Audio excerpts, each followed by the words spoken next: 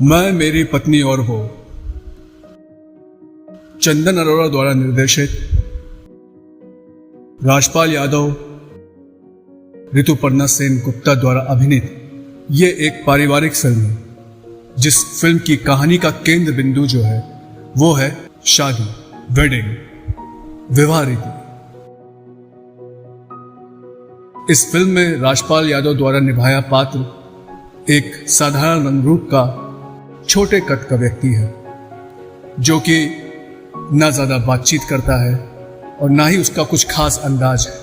वहीं अभिनेत्री ऋतुपर्णा सेन गुप्ता द्वारा अभिनीत पात्र एक सुंदर लड़की का, एक सुंदर स्त्री का है, जो कि बहुत आकर्षक होने के साथ साथ बातूनी भी है। बनिस्बत इसके ऋतुपर्णा सेन गुप्ता का पात्र राजपाल यादव द्वारा अभिनीत पात्र की सादगी से आकर्षित होकर के विवाह के लिए हामी भरती है और इन दोनों का विवाह होता है। दोनों पति पत्नी बनते हैं, सुखी वैवाहिक जीवन की शुरुआत करते हैं और उनका ये वैवाहिक जीवन सुखी प्रेमपूर्ण बीतता है, जब तक अभिनेता के मेनन द्वारा अभिनीत पात्र इन दोनों की इस वैवाहिक जीवन की कहानी में प्रवेश नहीं करता। अभिनेता के मेनन द्वारा निभाया पात्र ऋतुपर्णा सेन गुप्ता द्वारा निभाए पात्र का वर्षों पुराना कॉलेज का सहपाठी होता है, जो कि बहुत सालों के बाद, बहुत वर्षों के बाद वापस अकस्मात भेंट कर पाता है ऋतुपर्णा सेन द्वारा निभाए पत्नी के पात्र से। राजपाल यादव द्वारा अभिनीत पति का पात्र भी अपने पत्नी के वर्षों पुराने सहपाठी से भेंट करता है और यहीं से राजपाल यादव द्वारा निभाए पति के पात्र के मन में अपनी पत्नी के प्रति संदेह उत्पन्न हो जाता है। वो संदेह उत्पन्न होता है इस कारण से कि राजपाल यादव का पात्र के मेनन के पात्र के आकर्षक व्यक्तित्व, बातूनी स्वभाव और दिलचस्प अंदाज के सामने कहीं ना कहीं स्वयं को हीन समझता है और इसी कारण जो संदेह उत्पन्न होता है, वो संदेह इस विचार को प्रबल करता है पति के मस्तिष्क में कि उसकी पत्नी वर्षों बाद मिले अपने सहपाठी की ओर कहीं आकर्षित ना हो जाए और कहीं उसके साथ कोई शारीरिक और प्रेमपूर्ण संबंध न बना ले। खैर, फिल्म की कहानी में आगे कुछ वार्तालाप और क्षमा याचनाओं के साथ ये संदेह गिरता है और साथ ही में इन पति पत्नी के जुड़वा बच्चों के जन्म के साथ इस कहानी का, इस फिल्म का सुखद अंत होता है। ये फिल्म की कहानी तो अंत हो जाती है और सुखद पूर्ण रूप से अंत होता है, पर इस फिल्म की कहानी मेरे मन में, मेरे मस्तिष्क में एक प्रश्न उठा जाता है। वो प्रश्न ये कि आखिर इस पति के मस्तिष्क में अपनी पत्नी के प्रति, जिसको कि वो आदर करता था, प्रेम करता था, संदेह कैसे उत्पन्न हुआ। तो मैंने बहुत ही गहन विचार किया और गहन सोचा और पाया कि ये संदेह का कारण वही है जो इस पूरी फिल्म की कहानी का केंद्र बिंदु। जी हाँ, विवाह रीति ही इस संदेह का कारण है। कैसे, वो मैं आपको बताता हूं।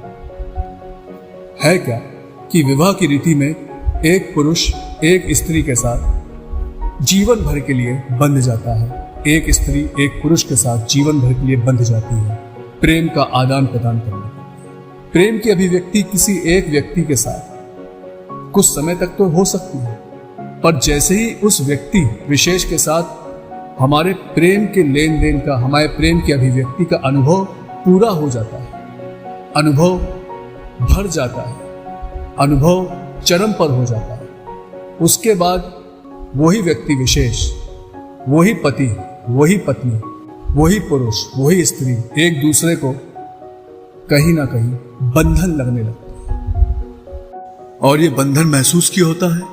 क्योंकि जब किसी से, जब कहीं से, जब कहीं का अनुभव पूरा हो जाता है, तब पूरे हो चुके अनुभव के साथ रुक जाना, ठहर जाना स्वाभाविक तौर पर बंधन महसूस कराता है और ये बंधन पीड़ादायक होता है। और ये बंधन पीड़ादायक क्यों होता है? क्योंकि मनुष्य की आत्मा शरीर रूप में धरती पर प्रकट होती ही है भांति भांति के अनुभवों को ग्रहण करने के लिए, भोगने के लिए। और जब इन अनुभवों को भोगने में ग्रहण करने में व्यवधान आता है, तब स्वभावतः बंधन महसूस होता है।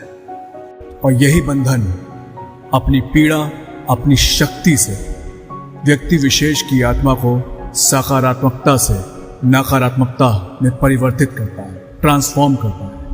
और नकारात्मक हुई आत्मा विचार करती है घृणा का, ना कि प्रेम का, ना कि सत्य का, बल्कि विचार करती है संदेह का। विवाह रीति बंधन लाती है और ये बंधन मानसिक क्षति लाती है। ये मानसिक क्षति एक रुग्ण आत्मा, एक बीमार आत्मा की पहचान है। और ये बीमार आत्मा जो कि पूरे हुए अनुभव के साथ रहने के लिए, ठहरने के लिए, रुकने के लिए मजबूर है, आसपास के लोगों पर, आसपास की जीवात्माओं पर आधिपत्य करने लगती है। क्योंकि एक स्त्री और एक पुरुष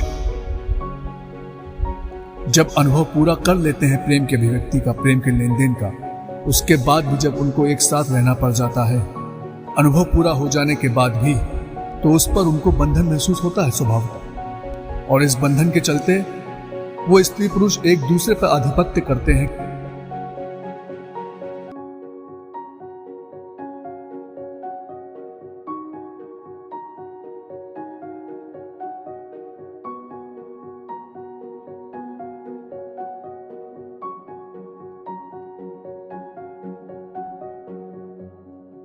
कोई भी आत्मा, कोई भी जीवात्मा जो स्वस्थ है, वो ना ही तो आधिपत्य करना चाहेगी किसी दूसरे जीवात्मा पर, और ना ही स्वयं पर आधिपत्य करना देना चाहिए।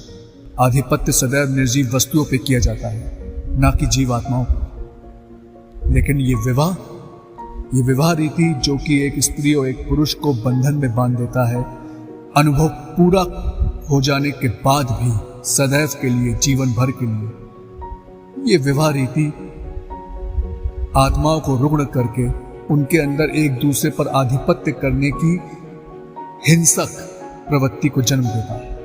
इस फिल्म की कहानी में राजपाल यादव द्वारा निभाए पति के पात्र का अनुभव, क्योंकि अपनी पत्नी से पूरा नहीं हो सका प्रेम के अभिव्यक्ति का, प्रेम के लेन देन का, क्योंकि अभिनेता के मेनन द्वारा निभाए पात्र के रूप में व्यवधान आ जाता है उसके सामने। तो क्योंकि अनुभव पूरा नहीं हो सका पति का पत्नी के साथ प्रेम के अभिव्यक्ति का, प्रेम के लेन देन का, सुगम रूप से पूरा नहीं हो सक रहा है या पूरा नहीं हो पा रहा है, तो पति का पात्र बंधन में महसूस कर रहा है।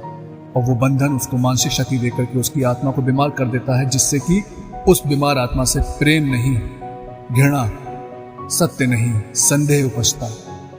अनुभव पूरा नहीं हो पाता तो बंधन है, और यदि पूरे हुए अनुभव के साथ रहना पड़ जाए तो भी बंधन है। विवाह संसार भर के स्त्री और पुरुषों को पूरे हो चुके प्रेम की अभिव्यक्ति और प्रेम के लेन देन के अनुभव के साथ रहने को बाध्य करती है। और ये बाध्यता बंधन है, और ये बंधन मानसिक क्षति पहुंचाता है। और ये मानसिक क्षति आत्मा को रुग्ण और बीमार करके आत्मा में आधिपत्य की हिंसक प्रवृत्ति को जन्म देता है। और इसी कारण से मैं विवाह को एक सुरीति नहीं, एक कुरीति मानता हूं। ये तो बात हुई समस्या की। समाधान विवाहहीन समाज है। विवाहहीन समाज पर मैं अगले वीडियो पर डिटेल में बात करूंगा। साथ ही विवाहहीन समाज पर छोटा सा लेख मैंने इस वीडियो के डिस्क्रिप्शन में दे रखा है। विवाहहीन समाज पर अगली वीडियो पर जल्दी मुलाकात होती है।